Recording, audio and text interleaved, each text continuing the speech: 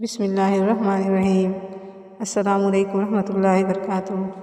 Mobile اور دل اتنے پاک ہو کہ کوئی کھول کر دیکھ لے تو شرمندگی نہ ہو۔ جو شخص بیٹی کی پیدا ہونے پر خوشی کرے تو وہ خوشی کرنا 70 بار خانہ کعبہ کی زیارت کرنے سے افضل ہے۔ انسان گھر بدلتا ہے، لباس بدلتا ہے، رشتے بدلتا ہے، دوست بدلتا ہے، پھر بھی پریشان کیوں رہتا ہے؟ کیونکہ وہ خود کو نہیں بدلتا۔ انسان تو ہر گھر میں پیدا ہوتے ہیں مگر انسانیت کہیں کہیں جنم لیتی ہے۔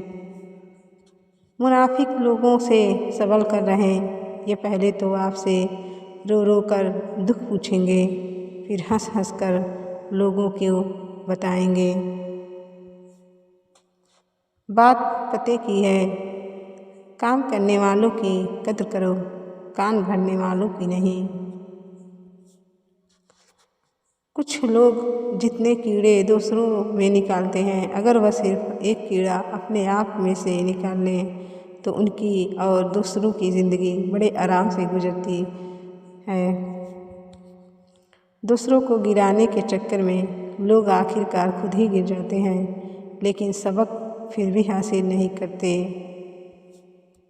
بعض لوگ کہتے ہیں مجھے غلط بات بالکل برداشت نہیں ہوتی۔ در حقیقت غلط بات کو ہی برداشت کرنا ہوتا ہے، صحیح بات کو تو برداشت کرنے کی ضرورت ہی نہیں پڑتی۔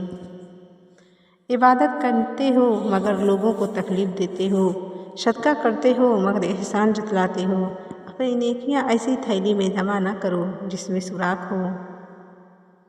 آج کی پہلی نصیحت، زندگی کی حقیقت فقط اتنی ہے، جب انسان سنبھلنے لگتا ہے تب زندگی لڑکھڑانے لگتی ہے۔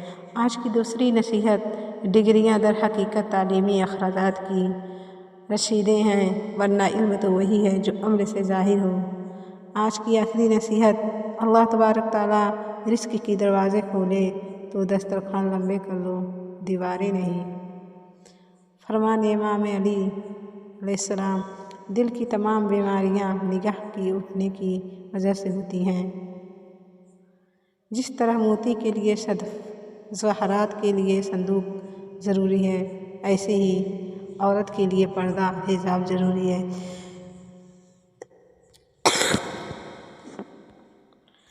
بنت رسول سیدہ فاطمہ علیہ السلام نے فرمایا، اپنی بیٹیوں کو بچپن سے ہی پردہ کرنا سکھاؤ تاکہ بڑے ہونے پر ان کو بے پردہ زہروں سے نفرت ہو جائے۔ عورت کے لیے شرم سے بڑھ کر کوئی زیور نہیں اور چادر سے بڑھ کر کوئی نعمت نہیں۔